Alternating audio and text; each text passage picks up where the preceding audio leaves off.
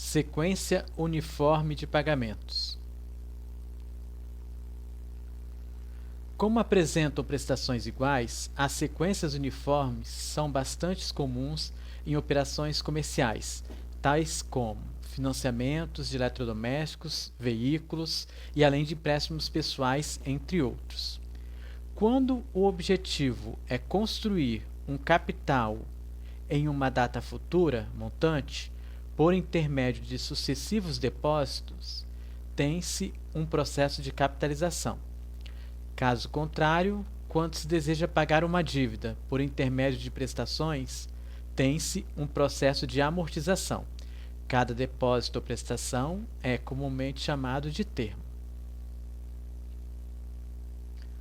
Fluxo de caixa. Definimos fluxo de caixa como a movimentação de recursos financeiros, entradas e saídas de caixa, ao longo de um período de tempo. Na verdade, estamos nos referindo à entrada e à saída de dinheiro. O conceito de caixa financeiro não pode ser confundido com o conceito de competência contábil. O fluxo de caixa serve para demonstrar graficamente as transações financeiras em um determinado período de tempo. No diagrama do fluxo de caixa, o tempo é representado por uma linha horizontal dividida pelo número de períodos relevantes para a análise. As entradas ou recebimentos são representados por setas verticais para cima e as saídas ou pagamentos são representados por setas verticais apontadas para baixo, como é ilustrado nessa figura, um modo simplificado.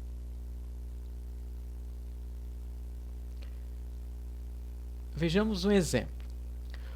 Um projeto de investimento inicial de 50 mil gera entradas de 20 mil reais nos próximos 4 anos seguintes. Observe que as entradas são 20 mil para cada ano e houve um investimento inicial de 50 mil, ou seja, houve uma saída para o investimento, porém vai haver 4 entradas de 20 mil. Então essa aqui é a representação gráfica. Fator de valor atual. Nas operações financeiras de empréstimo ou financiamento, caso sejam conhecidos o valor das prestações, a quantidade de prestações e a taxa de juros da operação, podemos encontrar o valor presente ou valor atual, ou seja, o valor de hoje. Por exemplo, ao visualizar uma propaganda sobre financiamento de um automóvel, no qual sejam informados o valor das prestações, a taxa de juros do financiamento e o prazo de financiamento. Podemos encontrar o valor do automóvel hoje, mesmo que não tenha sido citado na propaganda. Para isso, devemos utilizar a fórmula de fator valor atual. Então, a fórmula fator valor atual, nós temos o C, que representa o valor de capital, valor atual, o PMT, que representa as prestações, o I, que representa a taxa, e o N, que representa a quantidade de prestações. Então, nós temos a seguinte fórmula. C é igual a PMT vezes, entre parênteses, 1 mais I elevado a N menos 1. Tudo isso aqui dividido por quem? 1 mais I elevado a N vezes 1. Isso é para nós encontrarmos o valor de hoje. Vamos ao exemplo. Uma pessoa faz uma compra financiada em 12 prestações mensais. Então, nós temos aqui, N, 12 prestações mensais. Iguais, né? De 210 mil. Então, nós temos a prestação, que é o PMT, de 210 reais. Obtém o valor financiado, desprezando os centavos, a uma taxa de juros compostos de 4% ao mês. Então, nós temos a taxa, 4% ao mês. Essa taxa, no caso, a gente vai dividir por 100, que vai dar 0,04. Considerando que o financiamento equivale a uma anuidade e que a primeira prestação vence um mês depois de efetuada a compra, vamos calcular o valor atual. Então, para calcular o valor atual, nós não temos o C, que é o valor atual, no caso é o capital. Aqui o PMT é a prestação vezes, entre parênteses, 1 mais I, observe que esse I é 0,04, 1 mais 0,04 elevado a 12, que foram 12 prestações, menos 1, sobre quem? 1,04 elevado a 12 vezes a taxa, ó, o i, que é 0,04. Então, nós vamos resolver aqui o numerador, vamos resolver o denominador e vamos multiplicar. 210 vezes 0,6010 dividido por 0,6040, nós vamos obter R$ 1.972,03. Outro exemplo.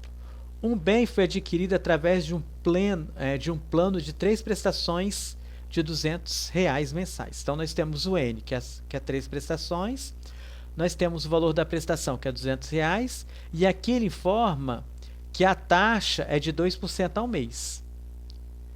Ele quer saber o seguinte, o valor do bem na data de aquisição. Então, ele quer saber o capital, o valor atual do bem. Então, ó, o valor atual do bem, que é o C, eu não sei, mas a prestação é 200 vezes 1 mais a taxa 0,02, entre parênteses, tá, gente? Elevado a quanto? A 3. Tudo isso aqui menos 1. Dividido por quem? 1 mais a taxa, fecha parênteses, elevado a n vezes o i, que é 0,02. Observe que 1 mais 0,02 elevado a 3 vai dar 1,0612 menos 1. O resultado de 1,0612 menos 1 dá 0,0612. Dividido por quem? 1,02 elevado ao cubo. Quanto é 1,02 elevado ao cubo? 1,0612 vezes 0,02, que vai dar 0,0212. Se nós dividirmos 0,0612 dividido por 0,0212 e o resultado que der multiplicar por R$ 200, nós vamos obter um capital de R$ 577,36. Aqui nós temos uma outra situação, que é o fator de recuperação do capital. Nesse caso, são envolvidos as situações em que, em uma operação de empréstimo ou financiamento, temos ciência do valor presente, ou seja, ele fornece o valor presente, ele fornece a taxa de juros e a quantidade da prestação. Porém, é desconhecido o valor da prestação. E nós vamos encontrar o PMT nesse caso. Vamos ao exemplo. Uma dívida de R$ 2.000, que é o valor da dívida, o valor atual R$ 2.000, será pago em 12 prestações. Então, o N aqui é 12. Mensais iguais, sem entrada, os juros é de 3% ao mês. Então, quanto é 0,3%? É 0,03, porque esse 3% nós vamos dividir por 100. Então, vamos colocar na fórmula, inserir na fórmula. Prestação eu não tenho, vai ser o capital vezes 1 mais i, então 1 mais 0,03 vai dar 1,03, elevado a 12, que são 12 prestações, o resultado que dá vezes a taxa, que é 0,03. Observe que o resultado disto aqui, de 1,03 elevado a 12 vezes 0,03, nós vamos obter 0,0428. Isso aqui vai ser dividido por quem? 1 mais i, que é 1,03, elevado a 12 menos 1, que vai dar 1,4258 menos 1, o resultado é 0,4258. Ao dividirmos 0,0428 dividido por 0,4258, e o resultado que der multiplicar por 2.000, nós vamos obter uma prestação de R$ 200,91. Nessa outra situação aqui, o que nós temos? Fator de acumulação de capital. Esse fator determina o valor futuro ou montante de uma aplicação. Ou seja, nós temos a prestação, nós temos a taxa, nós temos o tempo. Só que o valor futuro, que é o montante, nós vamos obter. Vamos ao exemplo. Um investidor aplicou durante 40 anos R$ 2.000. Então, nós sabemos que a prestação aqui, o PMT, é 2.000. E o N aqui também ele já forneceu que são 40 anos. Aí a taxa ele já forneceu que é 5% ao ano. Então, 5% é 0,05, porque nós vamos pegar os 5% e dividir por 100. Então, inserindo na fórmula, nós temos, ó, montante é igual a prestação, que é 2.000 vezes 1 mais I elevado a quanto? 40. O resultado que der é menos 1. Então, esse resultado que der menos 1, aqui nesse caso deu 7,0400 menos 1, dá 6,0400. Isso tudo dividido por quem? Por I, ó. O I aqui é 0,05.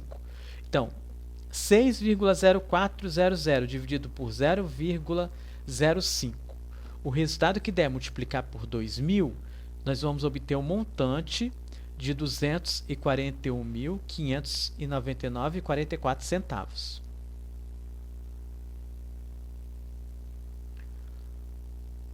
Nesse outro exemplo, nós temos o seguinte, ó, o montante acumulado em uma série de 400 depósitos mensais de R$ 150 a uma taxa de juros de 1% ao mês permite a obtenção a partir daí de uma renda perpétua de que valor? Então, primeiro nós vamos encontrar o montante.